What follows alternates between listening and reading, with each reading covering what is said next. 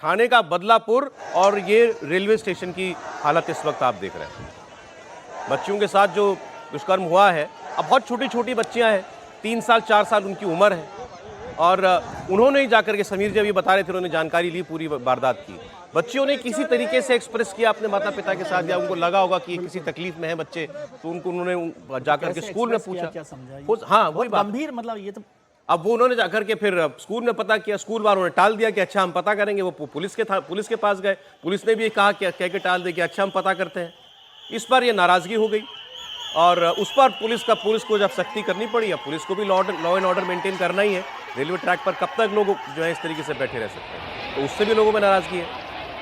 थोड़ी आवाज सुना दीजिए जरा वहां की इस वक्त जो हो रहा है।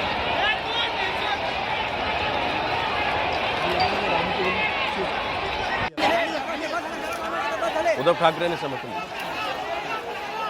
अब ये डिमांड कर रहे हैं कि देवेंद्र फडणवीस यहां पर आए। अच्छा, ये क्या आरोपी हैं जिनके साथ ये हो रहा है? स्कूल के अंदर देख, स्कूल के अंदर भी मारपीट हुई है, स्कूल के अंदर भी मारपीट हुई है।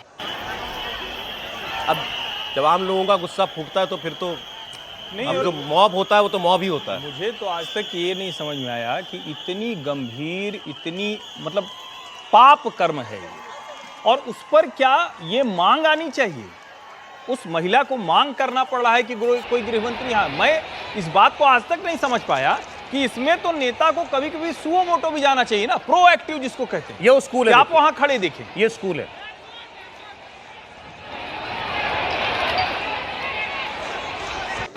स्कूल के अंदर भी मारपीट हो रही है। अब ये कौन व्यक्ति है सफेद बालों वाला, ये तो अभी फिलहाल नहीं बताया जा सकता। नहीं, आरोपी तो अरेस्ट है, इसलिए आरोपी तो अरेस्ट हो सकता है।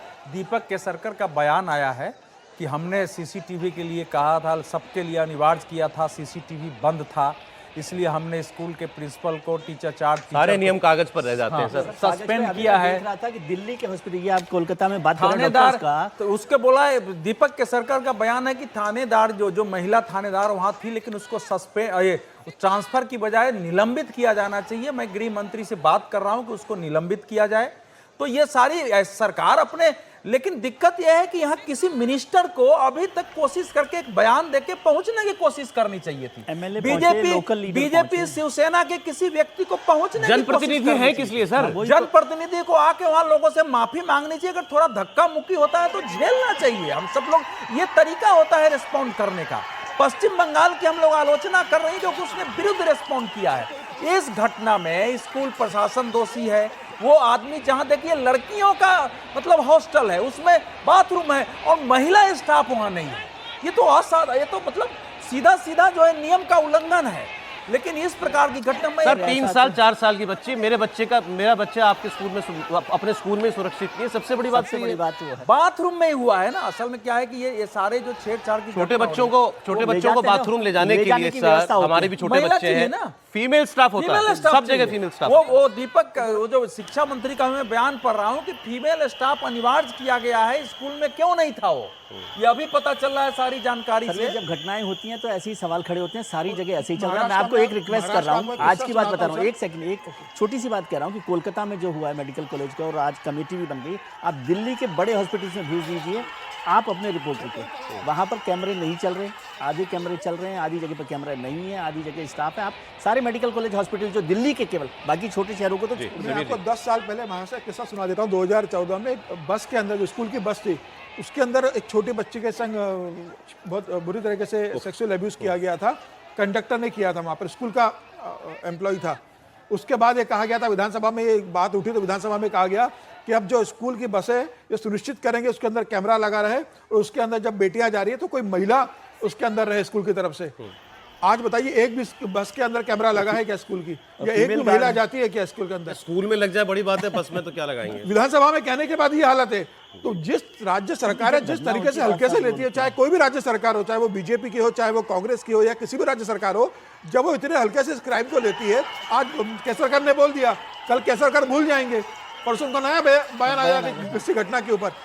तो मुझे लगता है कि राजनीति को तो बयान देना, उन्होंने कहा ये घटना आ गई है, सर पर आ गई है, बयान दे दो और छुट्टी पालो, 2 लोगों को सस्पेंड कर दो, उस प्रिंसिपल को पकड़ लिया, थानेदार को सस्पेंड कर दो, अपनी खुद से बचे रहना चाहिए। ये बातें अभी तक हम जो बात कर रहे हैं, जो पब्लिक डोमेन में बात आई, उसके आधार पर हम लोग बात कर रहे हैं।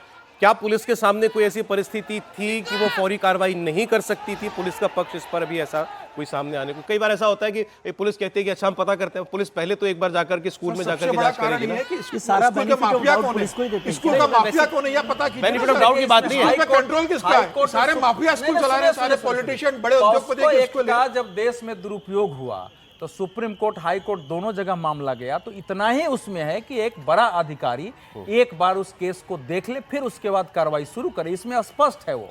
तो इसलिए ये तो नहीं कह सकते हैं। हाँ, वही बात है ना, जनता लेकिन चाहती है कि तुरंत हो। नहीं, देखिए FIR नहीं दर्ज करे आप ना, उसको शिकायत ले लीजिए, माने कंप्लेंट ले सकते हैं आप, कंप्लेंट लेने में समस्या नहीं है। लेकिन यहाँ वैसे देखिए, ये जनता का गुस्सा बहुत सही है, लेकिन जो महिला पुलिस बच्चे के साथ होता है तो वैसे भी आदमी उस SHO वक्त थी, वो गुस्से में महिला आता थी है। ना, होना चाहिए वहाँ SHO तो महिला ही थी, ये भी नहीं कह सकते हैं कि वहाँ पुरुष था। उसको लास्ट में इन लोगों ने वहां से, हालांकि ट्रांसफर के बजाय उसका सस्पेंशन बाकी होनी चाहिए थी, सस्पेंशन होना चाहिए, तो सब कार्रवाई सही है। लेकिन इस देश में इस प्रकार की परिस्थिति कैसे पैदा हो रही है? अच्छा, हम सब लोग भी अपनी बच्चियों को जहां जाके एडमिशन कराते हैं तो थोड़ा बहुत ये घटनाएं बताती हैं कि थोड़ा बहुत चेक कर लें कि कुछ है कि नहीं है, प्रिंसिपल से बात कर लें कि वहाँ सुरक्षा की क्या व्यवस्था है, ये सब चीजें होनी चाहिए। आज पढ़े लिखे लोग हैं, पहले की इस मामले में जो बात अभी आप कह रहे थे, कोई एक जो पब्लिक रिप्रेजेंटेटिव यहाँ का हो, MLA हो, कोई हो, वो अगर मौके पर जाता जाना ही चाहिए। तुरंत मैं भीड़ का शब्द इस्तेमाल गलती से कर गया, जो पीड़ित पक्ष है उनको साथ लेकर के जाता और थाने पर जाकर कहता आप तुरंत कार्रवाई करो। हर्षवर्धन नहीं, जी कह रहे हैं कि भीड़ भी जरूरत गलत क्यों है मांग नहीं, की? भीड़ भी गलत नहीं है। अगर भीड़ भी है तो भी जाना चाहिए। नेता का काम ही क्या है? आप रैली में भीड़ देखकर तो बहुत खुश होते हैं, आपके पीछे नारे लगाने के लिए खड़े हो जाए तो बहुत खुश होते हैं। और ऐसे मसलों पर मैं बार बार कह रहा हूं, ये ऐसा मसला है जिस पर आप किसी तरह से उसे मतलब उसको ढकने की कोशिश या उसमें बचाने की कोशिश करते हुए दिखना भी पाप है। और यहां मतलब जिसको कहते हैं ना कि कई बार हम लोग बात करते हैं, अब मुझे लग रहा था कि कोई तो सर्वोच्च न्यायालय कुछ ठोस बात करेगा कलकत्ता वाले पे। अभी ब्रेक के बाद उसी की बात करेंगे हम। और मैं इसीलिए कह रहा हूं कि ये जो कुछ दिखता है ना, तो कई बार लगता है कि शायद हर कोई उससे भी संतुष्ट नहीं है सुप्रीम कोर्ट में आज जो कुछ हुआ है। टाल रहे हैं। ब्रेक के बाद बताएंगे क्या होना चाहिए था। संतोष का कमेटी बनाई वगैरह जो कुछ